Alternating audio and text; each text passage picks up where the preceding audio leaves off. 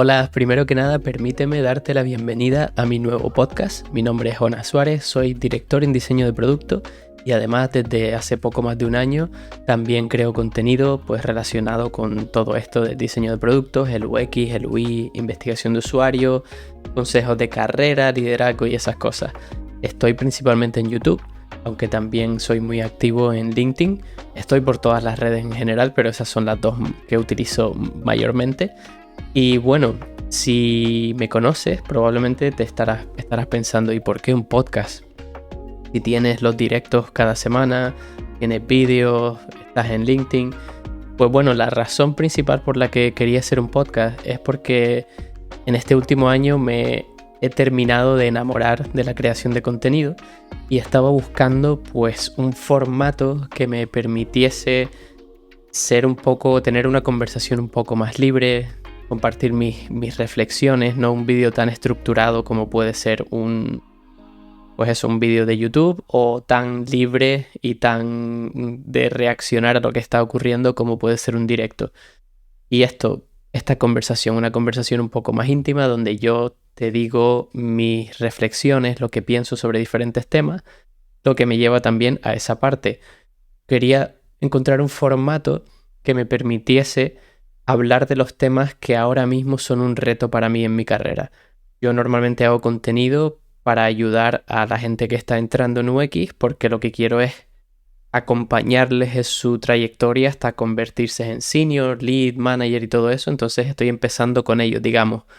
Pero yo tengo mis propios retos, mis propias aprendizajes y demás que quiero compartir y me gustaría compartir para obtener feedback de quien quiera que lo esté escuchando, para evolucionar, para estructurar un poco mis propios pensamientos y demás. Entonces creo que un podcast es un formato muy bueno para eso, que me permite pues un poco más libremente, sin tanta edición, pues contarte lo que pienso sobre algún tema.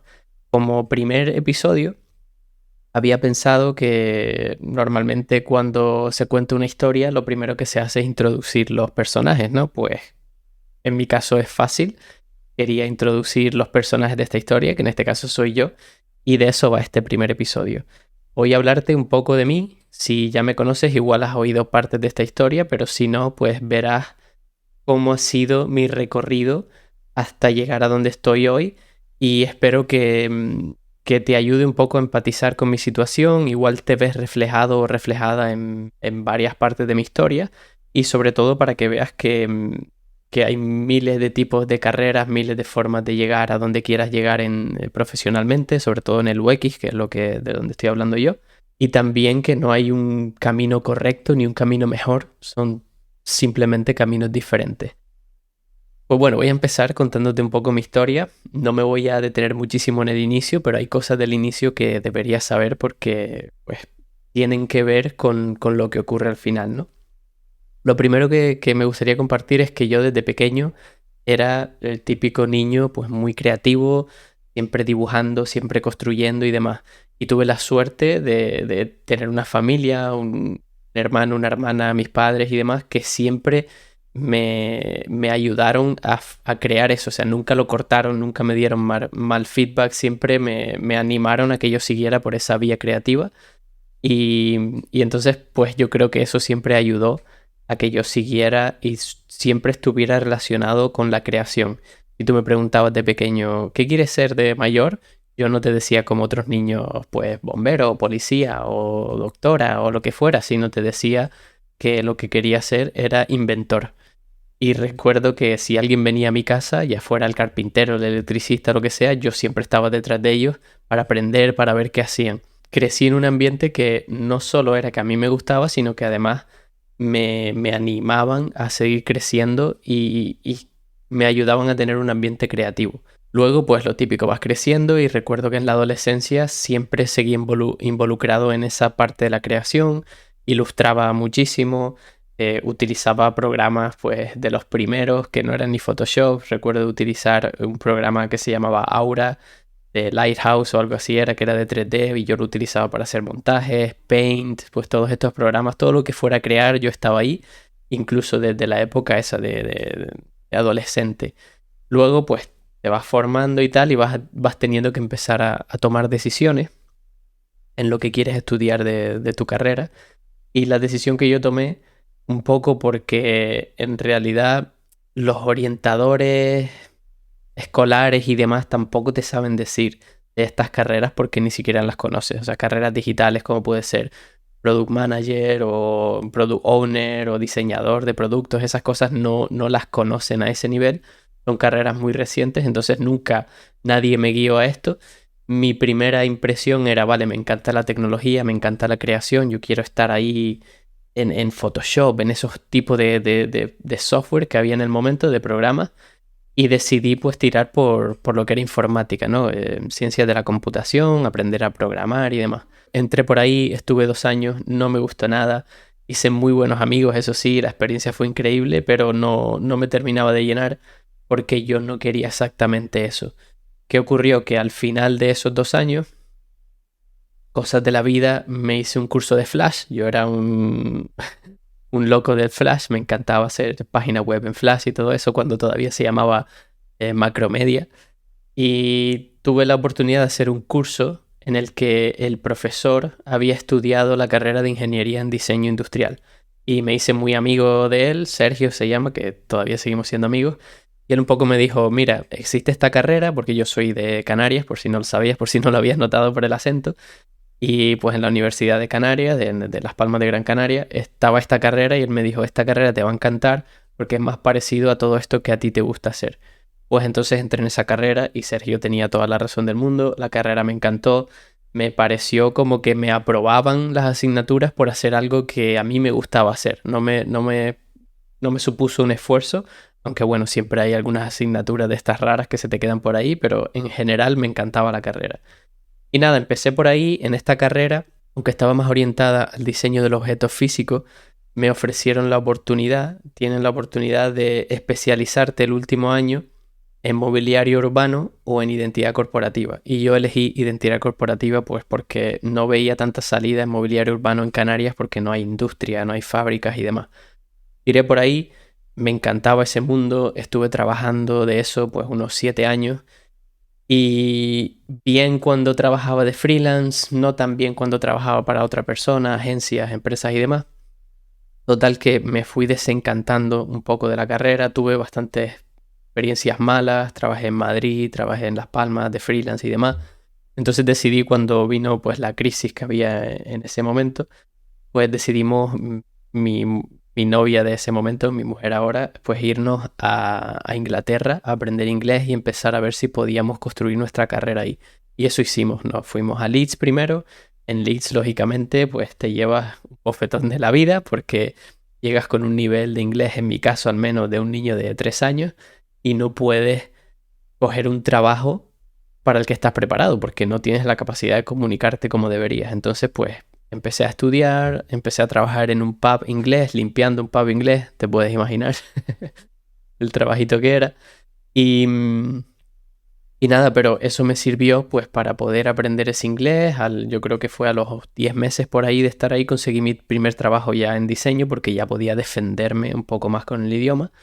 Y conseguí un trabajo en una empresa de impresión de gran formato. Diseño gráfico otra vez, porque yo todavía en ese momento no conocía el UX. Y nada, empecé a trabajar de eso y demás. Y en ese periodo fue cuando empecé a escuchar hablar por primera vez, creo que fue 2015, sobre el término UX. Y fue como un flechazo para mí porque unía toda esa parte científica que a mí me gustaba de la parte de diseño industrial, pero quitaba esa parte subjetiva de cuando trabajas diseñando marcas, que al final es el cliente el que decide que quiere el logo grande y rosa y lo que sea, y a ti no te gusta, ¿no? Esa decisión. Entonces el UX se basa más en los datos y esa parte tan científica me atraía. Entonces empecé a leer, empecé a formarme. Le salió a mi mujer la oportunidad de irnos a Londres. Bueno, entonces yo dejé mi trabajo en Leeds, nos fuimos a Londres y ahí es donde empezó mi aventura real en el UX. ¿Qué me pasó? Que esto seguro que te ha pasado a ti y le ha pasado a muchos. Pues que cuando yo llegué al mundo del UX, yo me sentía muy cómodo con toda la parte gráfica, pero no tan cómodo con toda la parte de investigación de usuario. Entonces, pues me puse en el título el típico diseñador UX UI, porque yo controlaba más o menos el UI, y empecé a echar currículum, a buscar oportunidades, no me salían. Creo que al final eché, no sé si fueron cientos currículum y me llamaron como unas 6 empresas. Una de esas que me llamó en esas conversaciones, yo lo llamé de vuelta y les dije, mira, yo no soy UX todavía, lo estoy estudiando, sé que puedo hacerlo, pero si tú me das la oportunidad, yo a cambio te puedo dar toda esta parte gráfica, visual, por si necesitas pues imágenes, presentaciones y demás de marketing, todo eso te puede ayudar. Y me dijeron que sí, tuve la suerte que me dijeron que sí, porque en aquella época formarte era mucho más difícil que ahora, pero había más oportunidades. Ahora formarte es muy fácil, pero encontrar las oportunidades requiere que destaques un poco más sobre el resto. Entonces, pues conseguí esa oportunidad y ya pude ponerme por primera vez mi título de diseñador UX UI. En ese momento ese era mi título, después ya lo cambié, pero en principio era ese. Y empecé ya a ver y a darme cuenta de que sí que podía hacer eso. Pues ese trabajo fue muy guay, fue en una startup muy pequeñita, éramos 6 personas. Era una especie de contrato porque ellos querían entrar en un acelerador para que les ayudara a un poco a establecer los procesos y a crecer de la forma que querían para encontrar inversión. Y pues me encantó la experiencia, tener la oportunidad de hacer UX por primera vez y les gusté, la verdad es que les gusté y yo estoy súper agradecido de que les gustara y de que me hicieran una oferta, pero me hicieron una oferta de renovación, querían que yo me quedara, pero yo me di cuenta de que si me formaba un poquito más podía llegar a cosas más grandes y mejores condiciones y mejores empresas y entonces me arriesgué y dije que no, la oferta era muy buena para un junior en general y dije que no y pues me eché a la aventura y al riesgo ese de formarme. Si te digo la verdad, al final me arriesgué más de lo que pensaba, estuve más tiempo del que pensaba sin encontrar nada, haciendo proyectitos aquí y allá para un poco salir del paso mientras me formaba, pero al final conseguí esa oferta que esperaba con unas condiciones un poco mejores, en una empresa un poco más grande y con más oportunidades de crecimiento. Y entré en esta empresa, y en esta empresa era una empresa de energía que se llamaba LineJam. Esta empresa fue la que más me enseñó al principio de mi carrera y la que más me ha marcado al final a lo largo de ella. Primero porque tuve la suerte de tener un manager en ese momento, él era el product owner, que me protegió muchísimo a la hora de empezar y en vez de tirarme ahí a la piscina para hacer todos los proyectos a la vez, que era lo que ocurre en las startups, es lo que ocurre en las startups normalmente, él me protegió mucho y siempre se aseguró de que yo entrara proyecto por proyecto. Y entonces fui aprendiendo y fui entendiendo las cosas de verdad, no sin tener ni idea de nada. Y llegó un momento pues que ya yo me sentía muy seguro y sabía además del negocio. Esa empresa fue la que me enseñó la que me hizo enamorarme también de las startups. Me encantan las startups. En esa empresa viví pues de entrar siendo el número 28 a irme siendo el número 90 y pico, casi 100, lo cual viví ese periodo de crecimiento. La empresa al final fue adquirida por Shell, lo cual demostró que el trabajo que hicimos fue un trabajo increíble. Diseñamos un producto que era único en Europa en ese momento y creemos que en el mundo, pero no lo podemos asegurar todavía, pero al menos en Europa era único. Y nada, aprendí muchísimo, pero esa experiencia también me enseñó cosas malas, cosas que no quiero repetir, porque era una startup que estaba en un momento duro, como muchas startups, y tuvimos que pues, hacer cosas extras, dar el 120%, el 130%, y llegó momentos donde fue muy estresante, donde incluso afectó a mi salud. Y bueno, aprendes esas cosas, son cosas que ya no quiero vivir de nuevo, pero son cosas que me enseñaron y me prepararon porque ahora, cuando yo tengo momentos de estrés o de mucha carga de trabajo o de mucha presión, los sé gestionar muchísimo mejor porque nada se parece a aquella época que viví en esta empresa. Y luego también me enseñó mucho, que es en lo que se basó después mi carrera, y ahora te seguiré contando, me enseñó a aprender más allá del diseño otros aspectos, porque cuando tú entras en una startup de ese tamaño, yo era el único diseñador que tenían, entonces te relacionas más con gente de otros departamentos, de otras especialidades que con diseñadores, porque no hay nadie más. Aprendes muchísimo de desarrollo, aprendes mucho de producto, aprendes mucho de ventas, de cómo se llevan a los clientes, de datos, del negocio. Tuve la suerte de tener muy buena relación con los fundadores y entonces pues te acerca mucho más a las decisiones de negocio. Me hicieron parte del equipo de como líderes de esa empresa. La verdad que fue una experiencia muy, muy intensa, pero muy, muy guay en general, que me enseñó pues muchísimo de todo. Pues después de esta experiencia en esta empresa de energía, me contrataron en otra empresa y esto verás que en mi carrera hay muchos contratos cortos, por decirlo así, pero es porque cuando trabajas en startups y más yo que al final me especialicé en ese momento de 0 a 1, ¿no? De no hay nada, no sabemos qué hacer hasta que sacamos un producto, pues yo era muy bueno ahí y entonces buscaba eso. Y la verdad que como estaba en Londres, estaba lejos de mi familia y demás, yo siempre fui muy intencional a la hora de decidir lo que hacía en mi carrera. Si llegaba un proyecto en el que, o una empresa en la que yo consideraba que no estaba aprendiendo ya tanto, pues me movía a la siguiente para seguir fortaleciendo esas cosas que quería, pues seguir mejorando. Entonces me llegó una oportunidad en una empresa que se llamaba Crowd Justice, que se dedicaba a la tecnología relacionada con el mundo legal. Y entonces en esta empresa entré, en esta trabajé poquito, la verdad, poquito. Trabajé mucho, pero poco tiempo, fueron unos 8 meses donde lo que me enseñó esta empresa es los momentos esos duros en los que el producto no está funcionando. Nos ocurrió que el producto pues estaba plano en cuanto a datos, no crecía más y nosotros teníamos inversión y teníamos que probar que necesitábamos esa inversión para crecer. Fue ese momento de todo lo que hacemos no funciona, hay que pivotar, hay que hacer un cambio aquí. Y eso es lo que hicimos. Hicimos una investigación de usuario bastante grande. Recuerdo que fueron como 9 workshops con un montón de abogados y demás. Y eso nos dio la clave para luego la transformación que vivió esa empresa, porque ahora se llama Legal, es otra empresa diferente, se dedica al mismo campo de la parte legal, pero es otro tipo de producto, gracias a esa investigación que hicimos el Product Manager y yo. Y esa empresa lo que me enseñó fue a conseguir siempre resultados y me dio la confianza de decir, vale, yo soy capaz de hacer que un producto funcione o de decirte cuanto antes que ese producto no va a funcionar y buscar una opción que sí funcione. Te da esa seguridad para decir si las cosas salen mal, voy a saberlo a tiempo sin que la empresa pues, gaste mucho dinero y esfuerzo y voy a ser capaz de hacer esa iteración y seguir mejorando el producto. Ahí viene, y aquí quiero enfatizar esto, viene la importancia de hacer conexiones y de dejar buenas sensaciones en compañeros y demás.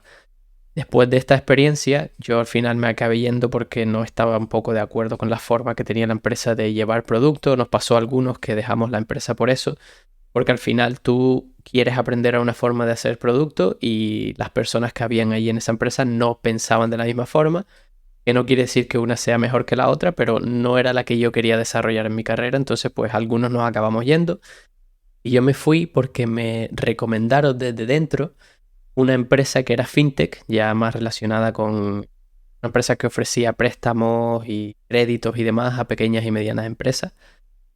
Y vine recomendado desde dentro por una persona, un desarrollador que trabajó conmigo en la empresa de energía. Quedó con buena impresión de mi trabajo y demás y me recomendó allí porque vio que se abrió una vacante para diseño. Y ya por esa altura yo ya entré pues ya más senior, lead y todo eso. Pues empecé a trabajar en esta empresa, la importancia de las conexiones, del networking que hablamos. Y en esta empresa fue cuando ya yo diría que maduré como diseñador, me hicieron parte del equipo de líderes por segunda vez, tenía mucha voz e impacto en la empresa. Fue mi primera experiencia como manager. Yo llevaba no solo los equipos o las agencias de diseño que contratábamos para que nos ayudaran en momentos que lo necesitábamos, sino que además contratamos a otro diseñador y yo era pues su manager. En esta experiencia yo diría que fue cuando más aprendí de todo un poco porque todas las cosas empezaron a hacer clic en mi cabeza. Marketing, negocio, cómo empezar a negociar las cosas, cómo educar a una compañía en UX, en producto, cómo convencer, empezar a tener impacto, todas esas cosas las fui madurando ahí. Y en esta empresa fue cuando por primera vez me di cuenta que lo que yo hacía y lo que me había especializado por haber estado en tantas startups tenía un nombre y es el nombre de Foundational Designer, que en español vendría siendo como diseñador fundacional. Básicamente este es un tipo de diseñador que yo era, pero no sabía que era, que es el diseñador que se contrata primero eh, in-house, ¿no? Para la empresa, no es subcontratado ni nada. Y es el encargado o la encargada de empezar a establecer todos los procesos de diseño, educar la compañía en diseño, aprender a colaborar con los equipos y a establecer esas estructuras y luego a empezar a formar un equipo, ¿no? Pues empecé a leer y a consumir material de eso. De hecho, tengo un libro que me compré, que me ayudó muchísimo en mi carrera. Me compré desde que estaba en la empresa de energía, que se llama The UX Team of One, el equipo de UX de una persona. Que al final eso era lo que yo hacía. Que este libro es muy práctico y te enseña muchas cosas, pues para conseguir todos esos objetivos que tiene diseño cuando solo eres tú luchando por todo.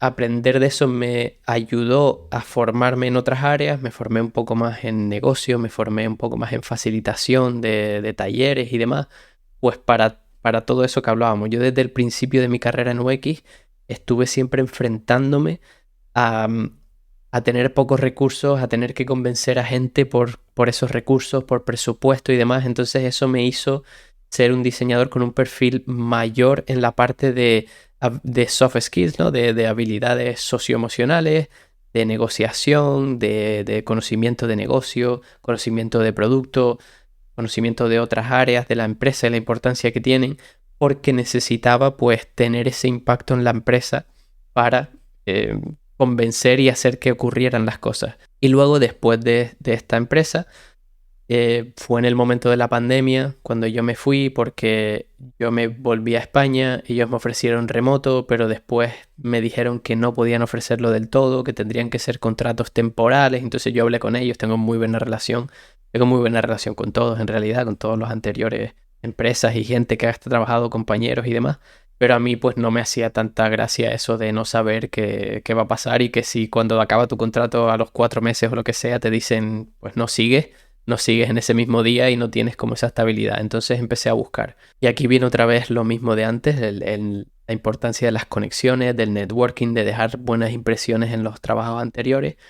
Me recomendaron también para otra empresa, que es la empresa en la que estoy hoy, Oyster se llama, Oyster HR, Oyster HR de recursos humanos. Esta empresa me recomendaron porque alguien que fue, o sea, la persona que me contrató en la startup de temas legales fue la que me recomendó en Oyster. Y Oyster no tenía ni siquiera un puesto, una descripción donde estuvieran buscando diseño.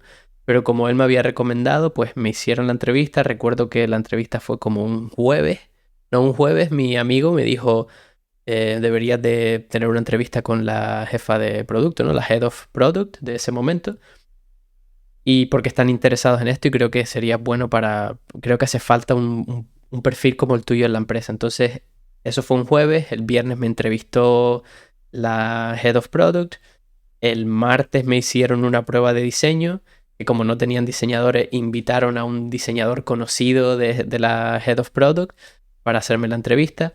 Pasé esa entrevista y el jueves de esa siguiente semana, o sea, de jueves a jueves, me ofrecieron el puesto. Fue una locura. Toda mi experiencia en Oyster ha sido una locura para bien y una locura para intensidad. No diría que mal, pero ha sido intensa. Y en Oyster es donde viene, pues, ya la guinda del pastel en cuanto a la carrera que he tenido, que no me puedo quejar de ella, pero me he dado cuenta con el tiempo que no fue una carrera normal. Si te fijas en mi historia, yo paso en 5 años de ser diseñador gráfico en Leeds, en el norte de Inglaterra, a convertirme en director en diseño de producto llevando un equipo de 15 diseñadores. Una auténtica locura.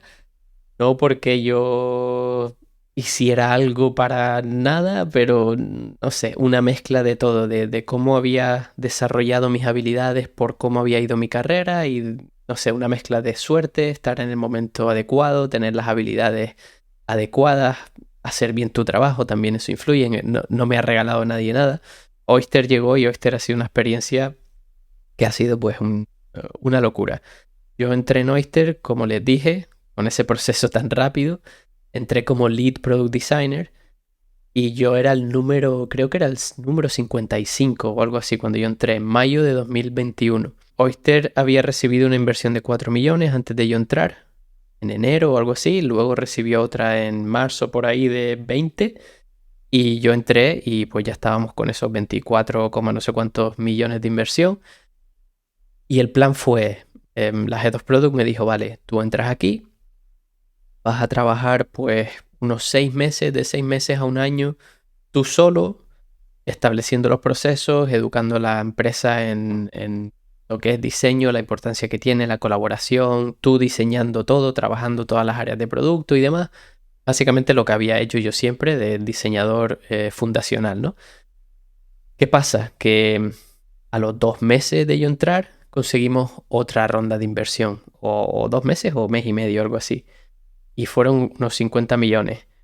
Y lo que eran 6 meses a un año pasó a ser 6 semanas. Y la Head of Product me dijo, mira, no, tenemos que empezar a contratar un equipo ya porque muy pronto vamos a tener muchos desarrolladores, muchos product managers y no vas a dar tú solo para todo. Entonces, pues me puse manos a la obra y empecé a contratar un equipo. Piensa que eso es mayo, empiezo a contratar el equipo, los primeros diseñadores y diseñadoras se empiezan a unir por septiembre, por ahí. Entre febrero y marzo nos nombran unicornios, $1 billón de evaluación, de valor, ¿no? En el mercado. Y, y claro, yo paso en ese momento de mayo a estar yo solo, diseñando todo, a marzo del año siguiente a llevar un equipo de 14 diseñadores. Así, de repente, como si fueras a aprender a nadar y te tiraran a la piscina. Toma, nada, a ver qué ocurre. Pues esa fue mi experiencia en Oyster. La verdad que fue duro por varios motivos, aparte de porque la experiencia y la forma de escalar es brutal, no es normal, no es algo que ocurra normalmente, pero fue duro y aquí quiero un poco explicarlo porque romantizamos siempre la idea de ser manager y pensamos que ser manager o líder nos lleva como es el siguiente paso, ¿no? Es un ascenso en nuestra carrera. Pero tenemos que empezar a darnos cuenta de que ese camino es otra carrera completamente diferente. Ya llegó un momento, creo que fue en enero de ese año después de yo entré en mayo, pues en enero del siguiente año, del 2022 creo que es, yo cerré Figma completamente, ya no tenía sentido que yo utilizara Figma porque tenía diseñadores pues que iban a hacer ese trabajo y te tienes que enfrentar a un problema de identidad incluso, porque en ese momento yo llevaba ya 14 años relacionado con diseño, con yo crear cosas y de repente de un día para otro ya tú no creas más. Entonces tienes que enfrentarte a aceptar que esa cosa que te ha definido durante tanto tiempo, que es parte de tu personalidad y de quién eres, ya no va a estar ahí más y va a cambiar. Entonces te empiezas a enfrentar a tú no tienes que tomar las decisiones de diseño, tú ayudas a que otros las hagan, tienes que empezar a aprender a delegar, tienes que empezar a aprender a hablar el último, a escuchar, a entender, a dejar que otros se equivoquen y esta parte es bastante dura porque tú harías las cosas diferentes, tú sabes que van a cometer un error, pero no puedes corregirlo porque esa persona necesita equivocarse para aprender. Y si tú corriges todo, esa persona pierde su creatividad porque dice, bueno, hago lo que sea porque va a venir Jonás y me lo va a cambiar. Entonces da igual lo que yo haga. Tienes que evitar esas cosas. Y luego te enfrentas a tu propio ego. Tu propio ego de yo haría las cosas diferentes, no tengo datos para decirte por qué la mía va a ser mejor que la tuya, yo la haría diferente, no me gusta la que estás haciendo tú y un poco peleas y defiendes eso cuando no tiene sentido, tienes que aprender a dejar ir muchas veces. Entonces eso me pasó y recuerdo que tuve como mes y medio, 2 meses que me costaba, pues me costó adaptarme a esa situación. Luego me empezó, a mí lo que me pasa en mi carrera en general es que todo lo que me reta me atrae mucho, me gusta muchísimo. Y en ese momento eso me retaba, era algo nuevo, una situación nueva en la que yo tenía que salir de mi zona de confort. Y pues nada, luego empecé, me fui adaptando al equipo, tengo un equipo que es un sueño. A día de hoy yo creo y lo creo firmemente que estoy en el trabajo de mis sueños con el equipo de mis sueños. ¿Y qué ocurrió? Que pues fui mejorando sobre todo como manager, fui cogiendo más liderazgo en la empresa, fui aprendiendo de parte del negocio, me pusieron en el equipo de líderes de la empresa, ¿no? Que es un equipo más reducido. Pasamos de cuando yo entré de mayo a mayo, ¿no? Del mayo que yo entré al mayo siguiente, pasamos de ser 55 personas a ser 650 personas. Imagina qué locura. Muy contento, tuve la oportunidad de crear un equipo desde cero, con los departamentos que yo quería. Oyster siempre me ha apoyado en todo eso, siempre ha escuchado peticiones en diseño y demás. Hicimos un equipo de Design System que tiene frontend y tiene diseñadores UI. Hicimos un equipo más grande de diseñadores de producto, que son los que se encargan de pues, crear, ayudar a sacar adelante todas las cosas del roadmap, ¿no? Las nuevas funcionalidades, nuevos productos. Y luego tenemos un equipo de investigación de usuario. También tenemos una escritora UX, una UX writer. Y en un momento, y esto lo tengo que comentar un poco aquí, yo me enfrenté a la realidad de tengo un equipo demasiado grande para mí. Y recuerdo que fue una semana de verano o algo así, donde muchos miembros de mi equipo tuvieron problemas y problemas durillos, no problemas normales, a la vez. Y yo recuerdo decirle a la empresa un poco, hey, necesito ayuda aquí. Entonces, pues me ayudaron y contratamos a una manager en diseño que además hace Design Ops. Entonces tengo un equipo que es un equipo pequeño, entre comillas, no es pequeño, dependiendo siempre con que lo compare. Somos 16 en total, pero está muy bien repartido en cuanto a habilidades y demás. Tenemos investigación de usuario, tenemos UX Writing, tenemos diseño de producto. Dentro del diseño de producto tenemos gente que viene de diferentes ámbitos, diferentes software, entonces nos complementamos muy bien. Tenemos otros managers, tenemos Design Ops, Design System, diseñadores de interfaz de usuario. Este es un equipo muy, muy bien equilibrado para lo que necesita Oyster, lógicamente. Siempre hemos ido tomando las decisiones basadas en lo que necesita la empresa. Encantado con mi carrera, seguí aprendiendo y demás, y ya empezaron a llegar los momentos difíciles, por decirlo así. Yo empiezo a progresar, ¿no? Paso de lead a head of product design, luego a director, luego a senior director, o a director senior de diseño de producto. Y ahí pues ya la responsabilidad es mucho mayor. Tienes que tomar decisiones que impactan en la dirección no solo de tu equipo, sino de la empresa. Tienes que empezar a crear relaciones dentro de una empresa, a preocuparte y ayudar a otros departamentos, a entenderlos también, a empezar a poner datos sobre la mesa de cómo ayuda el diseño en general a pues progreso de la empresa, ¿no? Y aquí ya empieza a complicarse también mi parte y mis retos, que me encantan los retos, pero son retos y los retos pues te acaban poniendo a prueba, ¿no? Me pasa que llego a un punto en el que tengo un impacto en la empresa que es bastante grande, y entonces viene la crisis esta que estamos pasando todavía, en la que hay hay una reorganización en mi empresa y hay que tomar decisiones de qué áreas ya no hacen falta, qué áreas sí hacen falta estratégicamente y demás. Y bueno, eso al final son decisiones en las que hay gente que pierde su trabajo, son muy duras.